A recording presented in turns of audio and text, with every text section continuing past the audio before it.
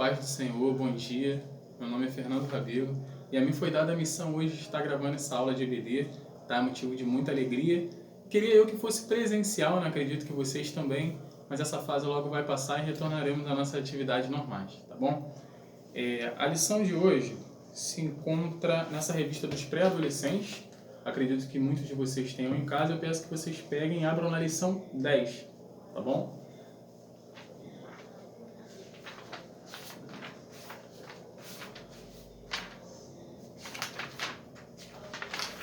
A lição tem por título Tenho Certeza da Salvação. Não, aliás, é uma pergunta. Tenho certeza da salvação? Só que antes vamos orar, tá? Pedir a Deus para iluminar nossas mentes.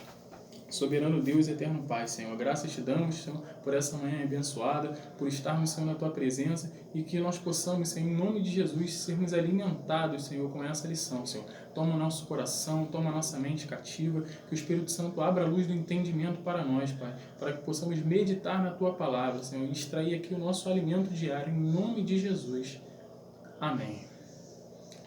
E o texto dessa lição se encontra em 1 João, são 3 textos, né? E lembrando, não é Evangelho de João, é Epístola de João, que fica lá no final da Bíblia, tá? Tem epístola 1, 2 e 3. Nós vamos estar hoje na Epístola 1, de 1 a João, tá? Não é Evangelho, lembrando. E aqui a revista nos instrui a 3 textos. Primeiro, 1 João 3:2, que eu vou estar lendo aqui para você, capítulo 3, versículo 2, que diz assim: Amados, agora somos filhos de Deus, e ainda não é manifesto o que havemos de ser, mas sabemos que, quando Ele se manifestar, seremos semelhantes a Ele, porque assim como é, o veremos.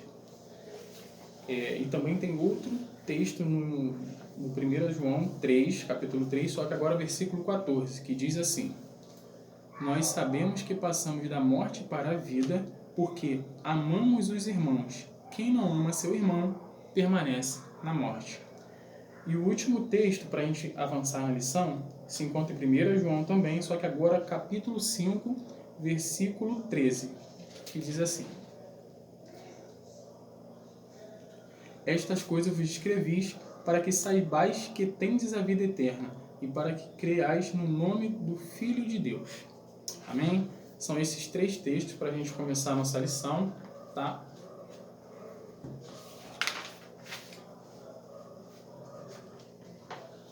A primeira parte dessa lição começa com o título Conhecendo mais a Deus, mais de Deus.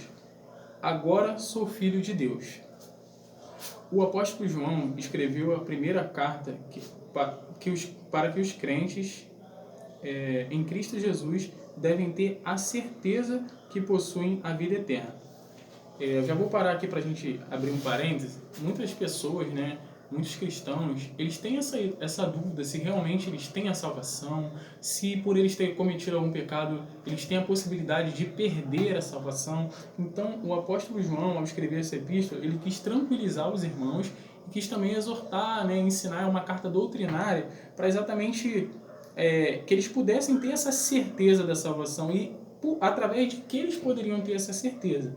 Tá? Então, assim, se você tem essa dúvida no seu coração, pode ficar tranquilo que a lição de hoje realmente vai abrir bastante seu entendimento. Você vai entender que realmente a salvação não é algo que se perde, tá? É algo que se preserva.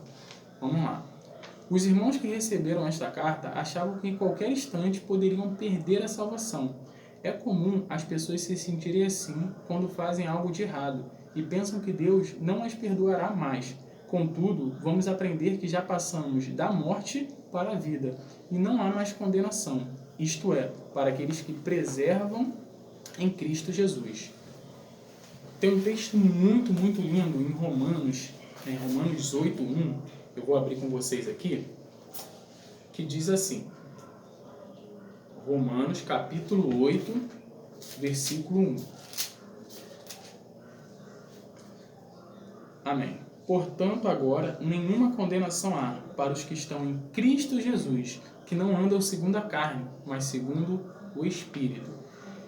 Esse texto é um texto extraordinário, diz o seguinte: nenhuma condenação há para os que estão em Cristo Jesus, que não andam mais segundo a carne, ou seja, não andam mais segundo a natureza carnal, a natureza pecaminosa, que andam em espírito. Então, para que a gente não tenha mais nenhuma condenação, a palavra do Senhor nos exorta. Nós temos que andar em espírito, tá? Nós devemos estar em espírito. E também diz aqui para aqueles que perseveram em Cristo, ou seja, o segredo, né, nós que somos cristãos, é perseverar. Nós devemos perseverar em Cristo. Nós não devemos nos deixar nos abater, não devemos deixar as situações nos dominar. Nós temos que perseverar, tá bom? Caminhando sempre em frente, caminhando sempre com Jesus Cristo em nossos corações, tá? Vamos lá. Quando aceitamos o Senhor Jesus como Senhor e Salvador, o Espírito Santo passa a habitar em nossos corações. Além de nos ajudar a não pecar, o Espírito faz com que tenhamos a certeza de que agora somos filhos de Deus. Em Romanos 8, só que agora o versículo 16, vamos ler lá, o apóstolo Paulo afirma que o Espírito de Deus se une com o nosso Espírito para assegurar essa filiação. Então, vamos olhar. Já que estávamos com a Bíblia aberta, em Romanos 8, vamos ao versículo 16, que diz assim: o mesmo Espírito testifica com o nosso Espírito que somos filhos de Deus. Então agora, através de Cristo Jesus, nós somos da família de Deus, né? Nós somos feitos filhos de Deus. O pecado fez uma separação entre Deus e o homem, mas Jesus é nosso mediador. É Ele que faz a ponte para que possamos ter acesso de novo a Deus. Então, através de Cristo, nós nos livramos do pecado e temos acesso restabelecido agora com Deus novamente. Então, Cristo é o nosso mediador. Sem Cristo, nós não podemos ter acesso ao Pai. Então, Jesus diz em João 14, versículo 6, eu sou o caminho, a verdade e a vida. Ninguém vem ao Pai senão por mim. Tá? O mundo,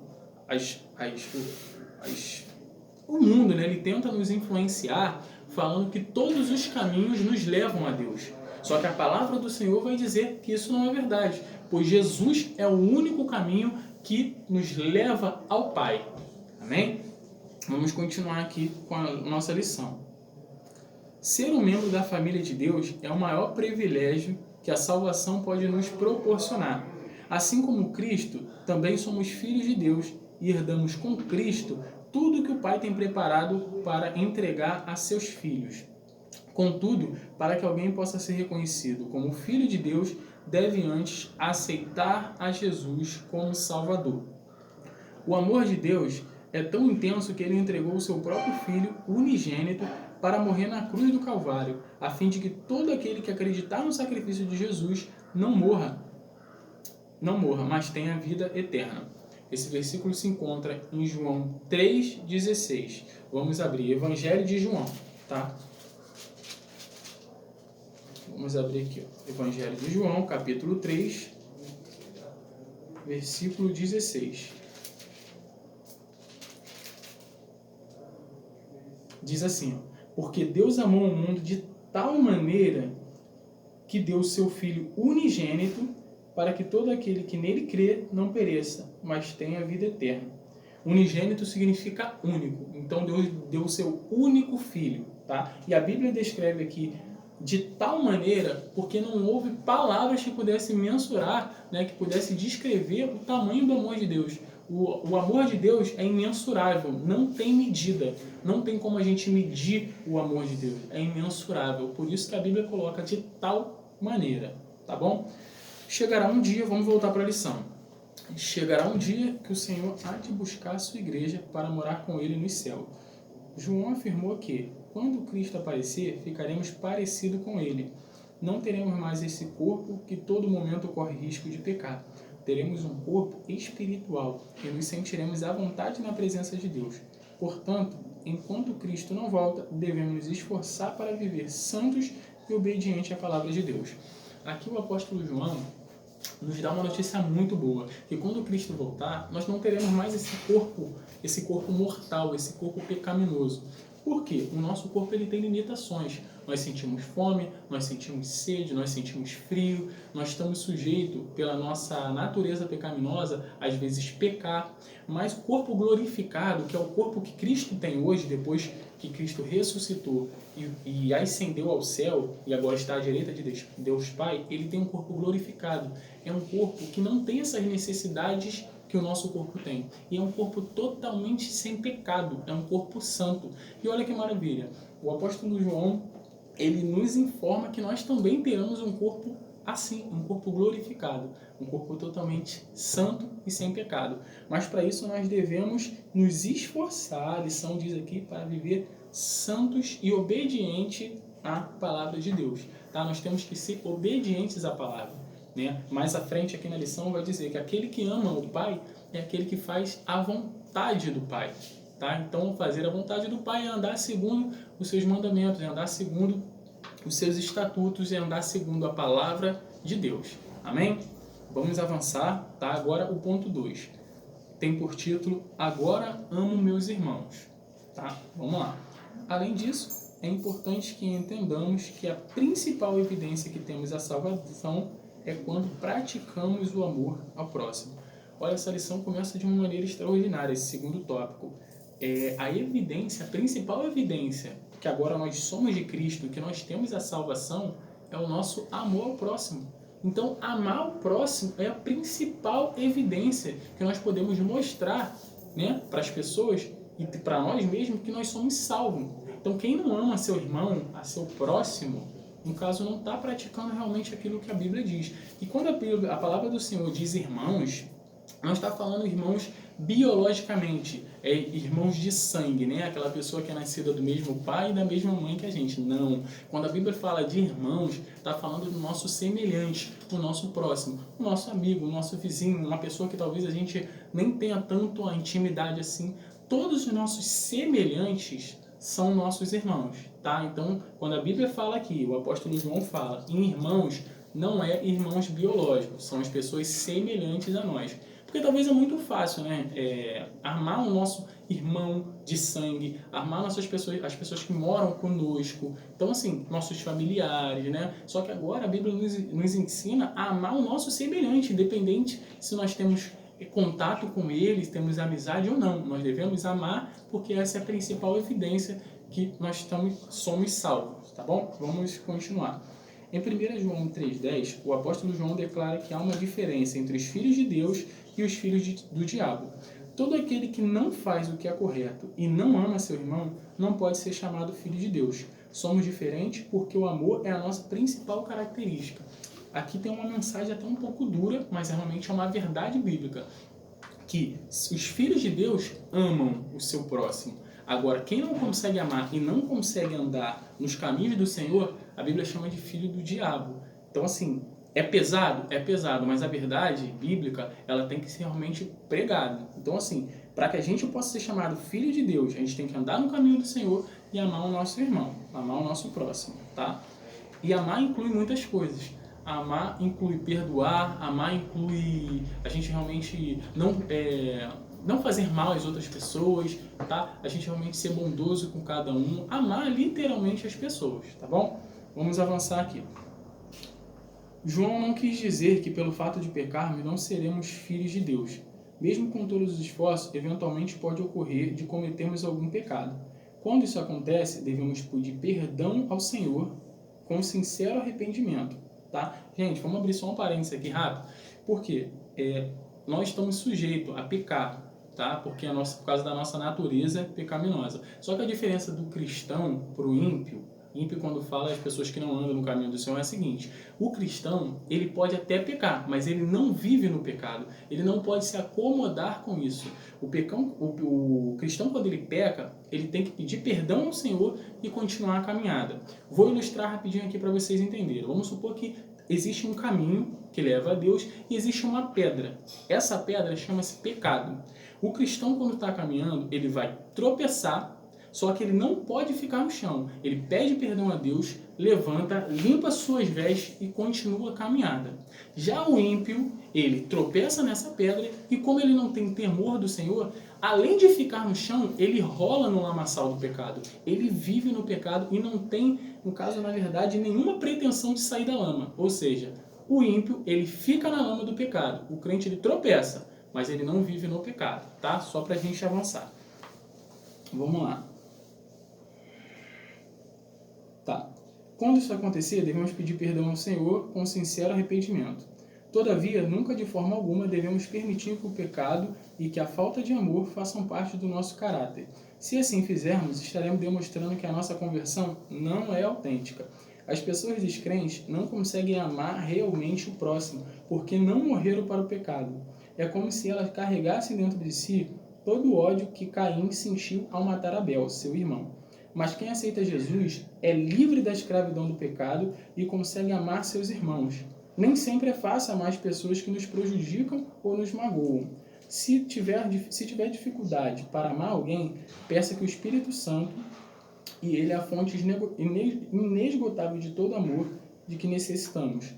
Não é fácil, como havíamos falado, mas se a gente tiver dificuldade, tá, de estar perdoando, de estar amando o nosso próximo, devemos orar e pedir o Espírito Santo, que habita dentro de nós, o nosso corpo é morada do Espírito Santo, tá? Nossos corações. Então nós devemos orar ao Espírito Santo e pedir para que ele tire toda a mágoa, todo o rancor, né, tudo aquilo que nos impede de amar o nosso irmão. Amém? Vamos avançar. O Espírito de Deus habita dentro de você e pode ajudá-lo a se livrar da mágoa e amar a pessoa que o ofendeu. João ensinou uma importante lição. Queridos amigos, amemos uns aos outros porque o amor vem de Deus. Quem ama é filho de Deus. E quem conhece a Deus... Não, quem ama é filho de Deus e conhece a Deus.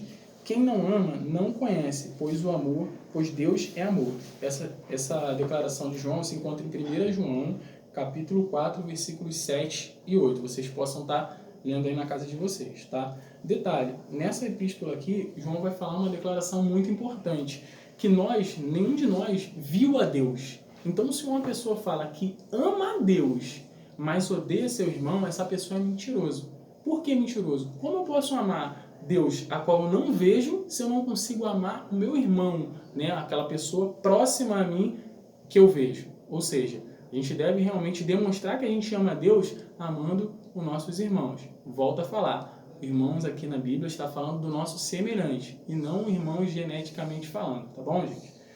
O último tópico, porque o nosso vídeo ele já está quase acabando, tem o título Tenha Fé em Cristo Jesus. Vamos lá.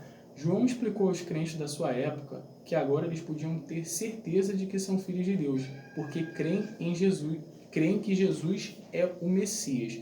Essa é importante a gente ler, está em 1 João 5:1. Tá? Como a gente já está com a Bíblia aberta, vamos abrir. 1 João 5:1. Diz assim: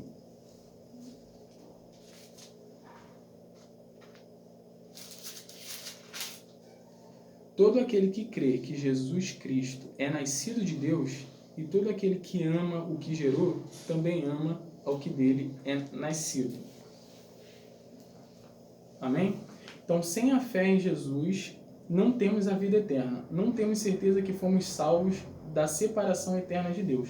Então, é preciso que confessemos como Senhor... Não, é preciso que o confessemos como Salvador diante dos homens. Muitas pessoas acreditam que serão salvas porque ajudam o próximo. Entretanto, recusam-se a crer que Jesus é o Filho de Deus. Infelizmente, quem não crê em Jesus não pode ter certeza da vida eterna com Ele, pois não existe outro meio pelo qual possamos ser salvos. Além da fé em Jesus, precisamos obedecer à palavra de Deus. Aquele que diz que conhece, mas não cumpre os seus mandamentos, na verdade é mentiroso e não há verdade alguma. A obediência é a prova verdadeira que realmente amamos a Deus, de todo o nosso coração. Somente assim estaremos em plena comunhão com Ele. Irmãos, para fechar, a lição nos ensina, né, que só através de Jesus Cristo nós podemos ter acesso a Deus. Não é por meio de obras, tá? Como diz o texto de Efésios 2, versículo 8. Efésios 2, 8. Vamos ler só para a gente fechar aqui.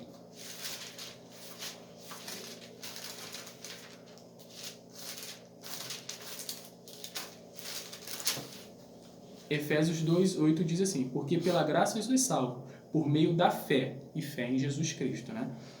E isso não vem de vós, é um dom de Deus. A graça é um presente de Deus, mas para alcançarmos esse presente, o único meio de conseguirmos é através de Jesus Cristo. Amém? Eu espero que essa aula tenha sido edificante para a vida de vocês, assim como foi para a minha, tá? As próximas aulas serão através do aplicativo, né? Serão ao vivo. E assim, peço que vocês, tanto o aluno quanto os pais que tiverem acesso a esse vídeo, possam se atualizar. O nome do aplicativo é o Zoom, tá? A gente vai estar postando aí um pequeno tutorial para ensinar vocês a mexerem, tá? Essa foi uma aula teste, então por isso que não saiu da forma perfeita como a gente desejava. Mas as próximas vão ficar legal, tá? Agradeço a cada um de vocês, que esse vídeo possa edificar a vida de vocês. Amém? Fiquem na paz. Tchau, tchau.